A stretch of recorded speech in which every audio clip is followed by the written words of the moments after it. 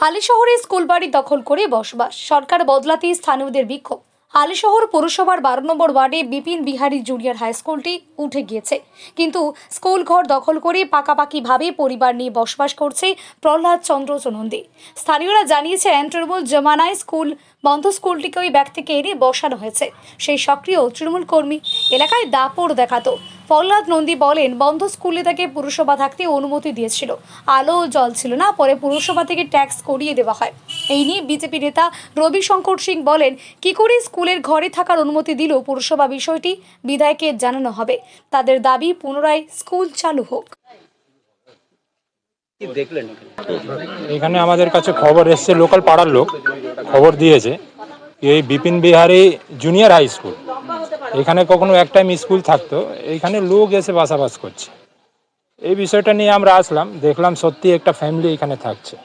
ওনার থেকে জিজ্ঞেস করার পর আমরা খোঁজ পেলাম যে লোকাল কাউন্সিলর ছিল, কাউন্সিলর আর চেয়ারম্যান যিনি ছিলেন, ওনাদের নেতৃত্বে এনার ট্যাক্সের রসিদ করে দেওয়া হয়েছে।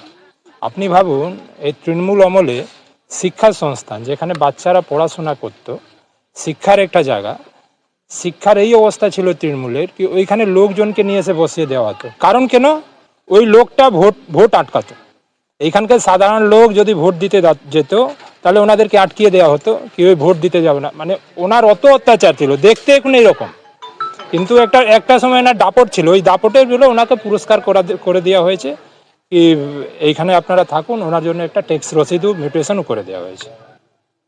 সরকারি একটা স্কুল এইভাবে কাউন্সিলর রেকমেন্ডেশন করছে, দেখলাম যে তাকে বসবাসের অনুমতি দিচ্ছে, তারপর ট্যাক্স পৌরসভা। আর একটা মজার কথা দেখুন, এই যে লোকটা আছে, ইনি ডিটেনশন ক্যাম্পেও থেকে এসছেন, এইখানকার বাসী না, কিন্তু ইনি একটা বাংলাদেশ থেকে এসছেন।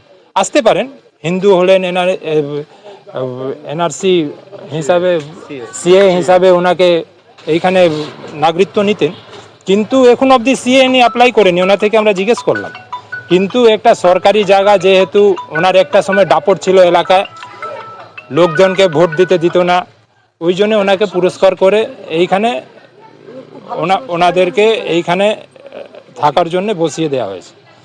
আমরা দাবি করেছি পৌরসভার মারফতে, আমরা আইনের মাধ্যমে ওনাদেরকে তুলে এখানে আবার স্কুল প্রতিষ্ঠা করা যায়, এই বিষয়টা আমরা বিধায়ক সঙ্গে কথা বলবো, আর পৌরসভার সঙ্গে কথা বলে এই বিষয়টা আমরা দেখছি।